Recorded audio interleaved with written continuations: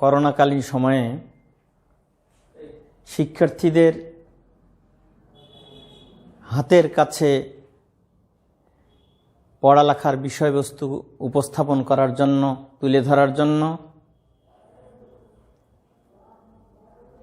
সরকার কর্তৃক ঘোষিত যে ব্যবস্থা গ্রহণ করা হয়েছে, Manmudpur ideal degree college, Parbatipur, Dinajpur, সেই কর্মসূচিকে বাস্তবায়নের লক্ষ্যে আমাদের উদ্যোগ। আমি মোহাম্মদ মোফাজ্জল হোসেন, সহকারী অধ্যাপক বাংলা বিষয়, মনমুদপুর আইডিয়াল ডিগ্রি কলেজ। প্রথমেই আজকের অনলাইন ক্লাসের শুরুতেই শুভেচ্ছা ও অভিনন্দন জানাচ্ছি প্রিয় শিক্ষার্থীদের, সেই সাথে যারা আমার এই ভিডিওকে উপভোগ করছেন তাদেরকেও শুভেচ্ছা জানাচ্ছি। আজকের পাঠের বিষয় ভাষণ, বাংলা দ্বিতীয় পত্রে। ভাষণের সঙ্গে আমরা কম বেশি সবাই পরিচিত। আমরা অনেকেই ভাষণে অভ্যস্ত, কেউ ভাষণ শোনে, কেউ বা উপস্থাপন করে। তবে বক্তা একজন, শ্রোতা অনেক। এই ভাষণ প্রত্যক্ষ হতে পারে, পরোক্ষ হতে পারে। তবে ভাষণ অবশ্যই শ্রোতা কেন্দ্রিক। তার আগে ভাষণ কাকে বলে এই বিষয়টিকে আলোচনা করা দরকার।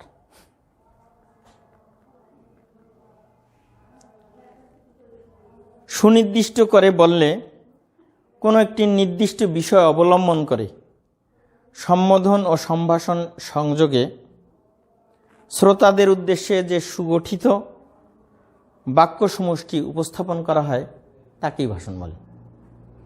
অর্থাৎ ভাষণের সঙ্গে বক্তা এবং শ্রোতা এর একটা সম্পর্ক রয়েছে। শ্রোতাদের উদ্দেশ্যে কিছু সংগঠিত বাক্য উচ্চারণ, এই বক্তব্য যে উপস্থাপন করেন তিনি হচ্ছেন বক্তা। তো বক্তার আলোচনার নির্দিষ্ট একটা বিষয় থাকতে হবে, আর বিষয়ের উপর যে আলোচনা রাখবেন তাই হচ্ছে বক্তব্য বা ভাষণ। এখন ভাষণ দিতে গিয়ে অবশ্যই বক্তাকে কিছু বিষয়ের উপর জ্ঞান রাখতে হবে, ধারণা থাকতে হবে। ভাষণের অবশ্যই কিছু বৈশিষ্ট্য, নিয়ম কানুন রয়েছে, আর এই বৈশিষ্ট্য বা নিয়ম কানুনকে যখন গ্রহণ করে, আত্মস্থ করে বক্তা উপস্থাপন করবেন দর্শকের সামনে, তখন অবশ্যই দেখা যাবে হাততালি আসছে, বাহাবা আসছে, ধন্যবাদ আসছে। বক্তা শ্রোতাদের মন জয় করতে পারে। একটা ভাষণের একটা কাঠামো রয়েছে। ঘর নির্মাণ করতে গেলে যেরকম একটা কাঠামো দরকার হয়, দেয়াল থাকতে হয়, উপরে ছাদ থাকে, দরজা জানালা থাকে, ঠিক তেমনিভাবে আমরা বলতে পারি ভাষণেরও একটা কাঠামো রয়েছে, একটা পর্যায় রয়েছে। যে বক্তা যত বেশি এই কাঠামোকে ফলো আপ করে, গ্রহণ করে শ্রোতাদের সামনে উপস্থাপন করতে পারবেন, তিনি তত বেশি গ্রহণযোগ্য হবেন শ্রোতাদের সামনে। আসুন আমরা সেদিকে এগিয়ে যাই। আমরা বোর্ডে যদি লক্ষ্য করি তাহলে ভাষণের 4টি পর্যায় রয়েছে বা কাঠামো রয়েছে। 4টি কি কি? 1, সম্ভাষণ বা সম্বোধন। প্রথমেই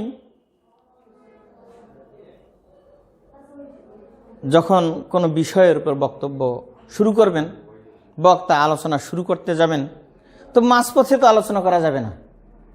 তাকেই শ্রোতাদের উদ্দেশ্যে তার শুরু, একটা যাত্রা এভাবে তৈরি করতে হবে, অর্থাৎ সম্বোধনের মাধ্যমে, সম্ভাষণের মাধ্যমে। যেমন প্রধান অতিথি, বিশেষ অতিথি, উপস্থিত আমার সামনে উপবিষ্ট শ্রোতামণ্ডলী ইত্যাদি ইত্যাদি। এরপর সালাম, শুভেচ্ছা, আদাব, যাই বলি না কেন, এ হচ্ছে সম্বোধন। সম্বোধন অবশ্যই আকর্ষণীয় হতে হবে। সম্বোধনের মাধ্যমেই শ্রোতাকে বক্তার কাছে টেনে আনার যে কৌশল, এটা অবশ্যই থাকতে হবে, গ্রহণ করতে হবে। এর পরের যে বিষয়টা তা হচ্ছে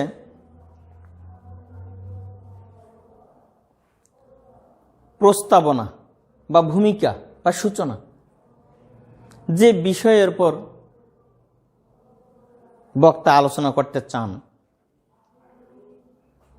তার প্রথমেই যে কথাগুলো বলতে চান, অর্থাৎ পুরো মূল বক্তব্যের, মূল আলোচনার একটা শুরু আছে।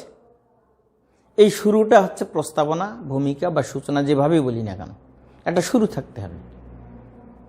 অর্থাৎ পুরো মূল বক্তব্যের একটা জিস্ট আলোচনা, ছোট্ট কথার মাধ্যমে, অল্প কথার মাধ্যমে সেটাকে তুলে ধরতে হবে। অর্থাৎ ভাষণের একটা প্রস্তাবনা থাকতে হবে, একটা সূচনা বা ভূমিকা থাকতে হবে। আর এই ভূমিকায় শ্রোতা বুঝতে পারবেন যে বক্তার আলোচনা কোন পর্যায়ে যাচ্ছে, কোন দিকে যাচ্ছে, কীরকম হবে, শ্রোতাদের ধারণা সৃষ্টি হয়ে যাবে। আমরা যদি একটু উদাহরণের মাধ্যমে আসি, তাহলে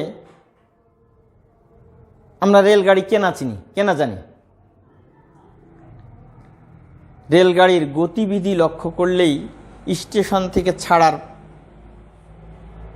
মুহূর্তেই বোঝা যাবে তার গতি, এটা কি ইন্টারসিটি নাকি লোকাল ট্রেন।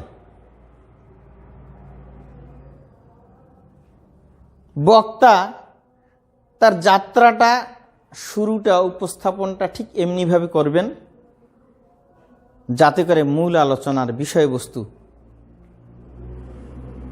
তিনি প্রস্তাবনাতেই বলতে পারেন।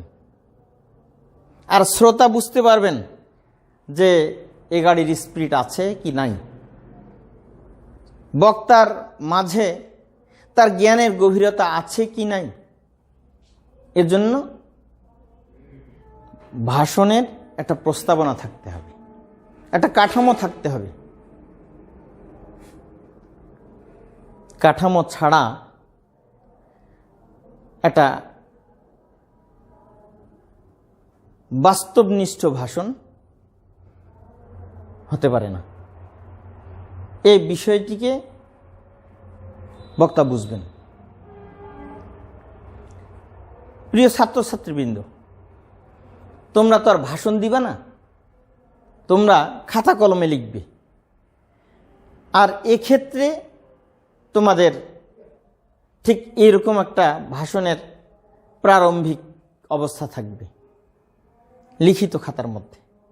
অর্থাৎ তোমরা যেন বক্তা সাজছ, মঞ্চে বক্তৃতা করছো, এই ভাবনাটা তোমাদের মাঝে যদি থাকে তাহলে তোমরা সেটা খাতা কলমে উপস্থাপন করতে পারবে। নিজেকে বক্তা সাজার মতো করে প্রস্তুত করতে হবে। তাহলে পুঁথিগত বিদ্যা নয়। বিষয় যাই আসুক না কেন, তোমরা সেখানে তোমাদের কলম চালাতে পারবে। আসুন, এর পরের বিষয়টাকে আমি এভাবে যেতে চাচ্ছি, তা হচ্ছে মূল বক্তব্য। আমরা শুরুতেই যেমন বলেছি, একটি ঘরের যেমন কাঠামো থাকে, দেয়াল থাকে, বেরিয়ে যাওয়ার দরজা থাকে, ঠিক তেমনিভাবে এই ঘরের চতুর্দিকে যে দেয়াল কাঠামো, তারপরে যে মূল কাঠামো গড়ে ওঠে একটা ঘর, এই মূল স্তম্ভ, মূল কাঠামোটাই হচ্ছে মূল বক্তব্য। বক্তা এখানে স্পষ্ট করবেন, খোলামেলাভাবে আলোচনা করবেন, তার আলোচনার মাধ্যমে যে আলোচনাটা সুস্পষ্টভাবে বুঝতে পারবেন বক্তা কি বলতে চান। এ ভাষণে কোন বিষয়বস্তুর উপর তিনি আলোচনা করছেন। ভাষণে মূল বক্তব্য একটি গুরুত্বপূর্ণ বিষয়।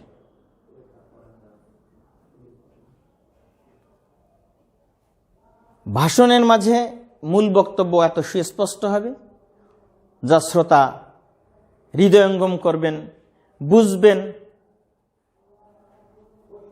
বক্তার মনোভাবকে ধরে রাখতে পারবেন, ধরে রাখবেন। এর জন্য একটা মূল বক্তব্য থাকবে।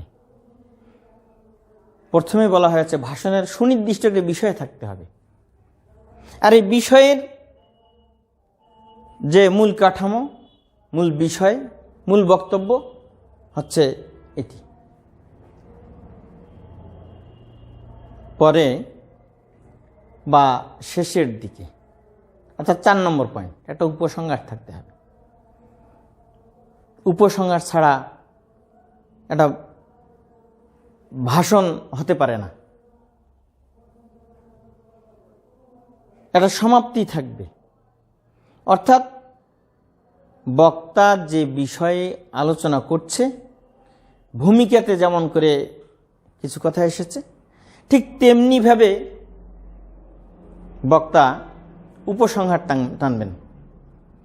মূল বক্তব্য থেকে উপসংহারে চলে যাবেন, আবারও বক্তার মূল বক্তব্যের বা ভাষণের উপসংহারে একটা সিদ্ধান্ত থাকবে। অর্থাৎ সিদ্ধান্ত বক্তার শ্রোতারা বুঝবেন যে বক্তা এই বিষয়ের উপর কথা বলেছেন, এবং সিদ্ধান্তটা অর্থাৎ উপসংহারটা বক্তার হৃদয়ে গেঁথে যাবে। তারাও সিদ্ধান্ত নিতে পারবেন বক্তা এতক্ষণ ধরে কি বোঝালেন, কি বললেন। এই বিষয়টি ভাষণের একটা গুরুত্বপূর্ণ পয়েন্ট। উপসংহারের মধ্যে এটিও একটি বিষয়, যেমন করে শুরুতেই একটা সম্ভাষণ ছিল সবার উদ্দেশ্যে, ঠিক উপসংহারে বক্তা শ্রোতাদের উদ্দেশ্যে একটা বিদায় নেবেন, তাদেরকে সালাম জানাবেন, তাদের প্রতি তাদের কৃতজ্ঞতা প্রকাশ করবেন, তাদেরকে শুভেচ্ছা জানাবেন, তাদের দীর্ঘায়ু কামনা করবেন। এই ধরনের কিছু কামনা থাকবে ভাষণের মাঝে। অর্থাৎ উপসংহারে, ভাষণের উপসংহারে বক্তা তার হৃদয়ের কথাগুলিকে উপসংহারে জানিয়ে একটা কামনার মধ্য দিয়ে সমাপ্তি টানবেন। এ হচ্ছে ভাষণের কাঠামো। যে বক্তা যত সুন্দর করে এই কাঠামোকে তুলে ধরতে পারবেন, সে বক্তা তত সফল, তত শ্রোতাদের মধ্যে তার আকর্ষণ বাড়বে, শ্রোতাদের মাঝে তিনি অবস্থান তৈরি করতে পারবেন। প্রিয় ছাত্রছাত্রীবৃন্দ, তোমরা তোমাদের খাতায় ভাষণকে উপস্থাপন করবে, অর্থাৎ পরীক্ষক যেন বুঝতে পারেন যে না, তোমার ভাষণের মাঝে এই কাঠামো তৈরি হয়েছে। এই কাঠামোর প্রত্যক্ষ করা যায়।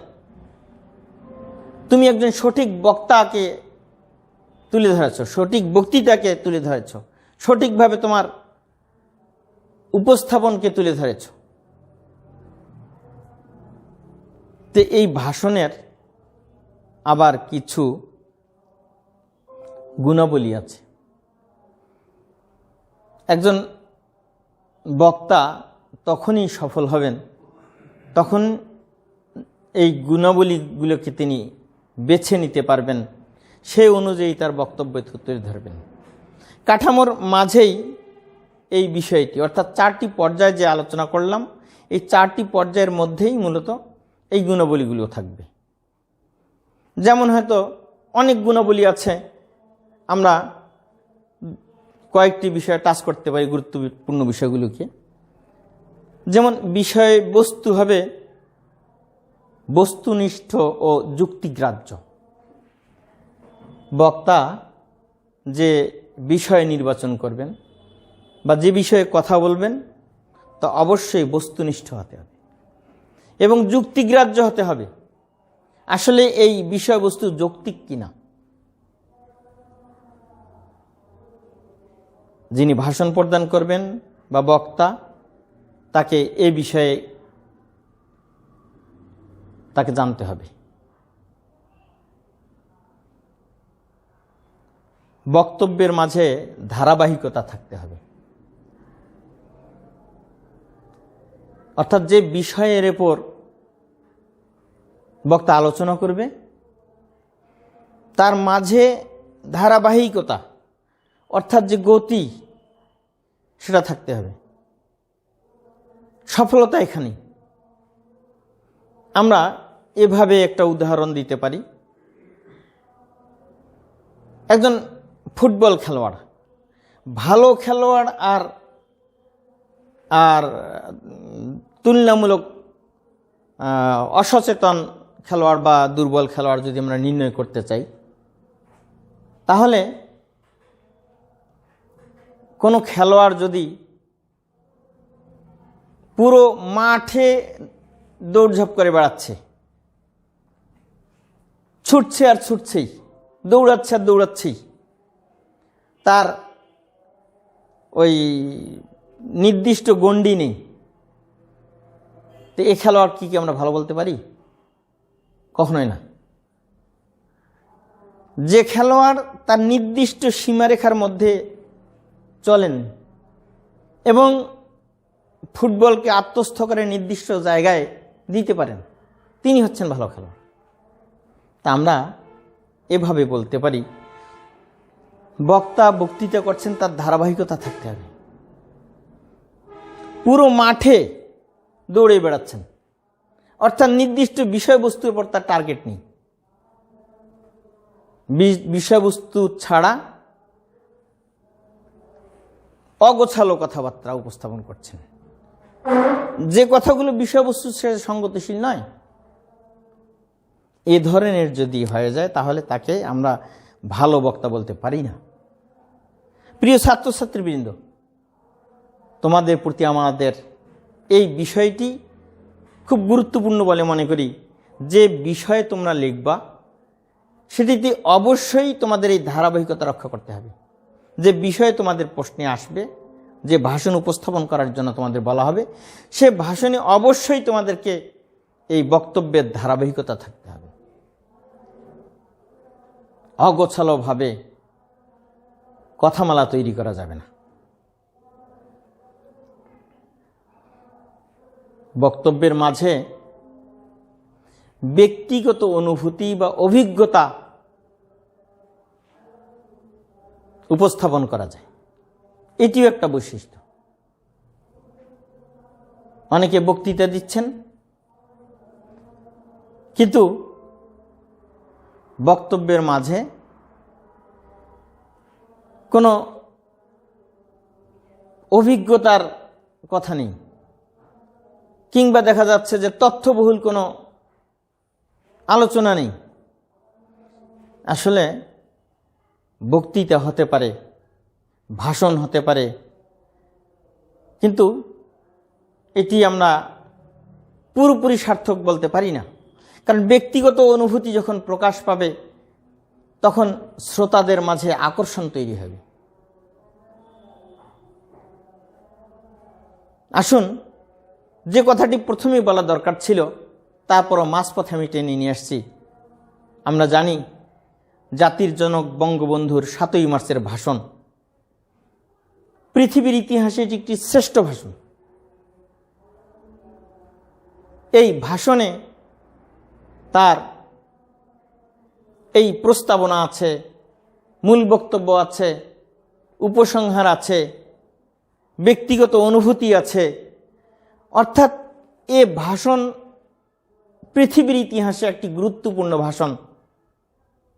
এই ভাষণ থেকেও আমরা উপলব্ধি করতে পারি একটি ভালো ভাষণ কিভাবে প্রস্তুত করতে হয়। অর্থাৎ শ্রোতাদের ভাষণের বক্তার উদ্দেশ্যই থাকবে শ্রোতাদের মন জয় করা, শ্রোতাকে আকৃষ্ট করা, শ্রোতাদের বাহবা পাওয়া, শ্রোতাদের হাততালি পাওয়া। জাতির জনক বঙ্গবন্ধু শেখ মুজিবুর রহমান যখন বলতেন ভাইয়েরা আমার, এরপর দেখা যায় শ্রোতাদের মাঝে হইচই পড়ে যায়। ব্যক্তিগত অনুভূতি তিনি প্রকাশ করেছেন, শ্রোতারা উজ্জীবিত হয়েছে। ব্যক্তিগত অভিজ্ঞতা তিনি তুলে ধরেছেন। তাহলে এটা ভাষণের মাঝে অবশ্যই বিষয়াঙ্গিক অভিজ্ঞতা বা অনুভূতির বহিঃপ্রকাশ থাকতে হবে।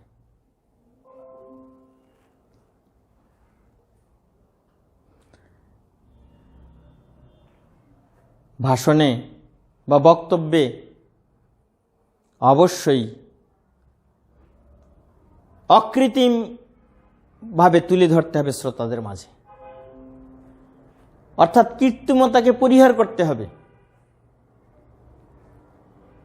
যখন কোনো বক্তা তার হৃদয়ের ভিতর থেকে তার বক্তব্য উপস্থাপন করেন, তখন শ্রোতারা বক্তার প্রতি বিমোহিত হয়ে যায়, বক্তার প্রতি আকর্ষিত হয়। তাদের চোখ, কান, দৃষ্টি বক্তার প্রতি চলে যায়। তার মানে হচ্ছে বক্তাকেও ঠিক এভাবেই শ্রোতাদের কাছে তুলে ধরতে হবে, যেখানে কৃত্রিমতা থাকবে না।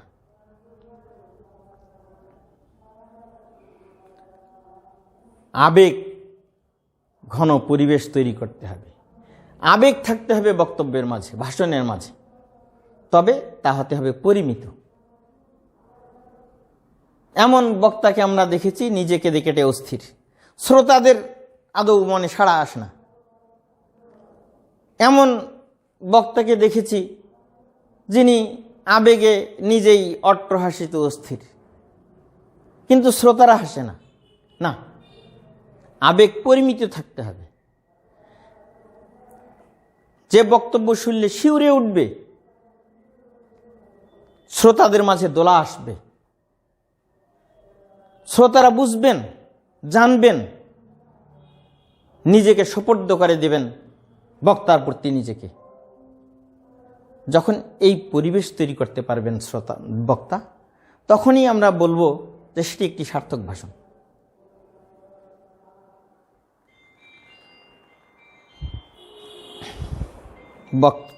ভাষণের আরেকটি গুরুত্বপূর্ণ গুণাবলী হচ্ছে ভাষণে সাবলীল ভাষা ব্যবহার করতে হবে। ভাষা প্রয়োগের দিকে বক্তাকে খেয়াল রাখতে হবে। ভাষা হতে হবে স্বচ্ছ, গোছালো। অগোছালো ভাষা, অপরিচ্ছন্ন ভাষা পরিহার করতে হবে।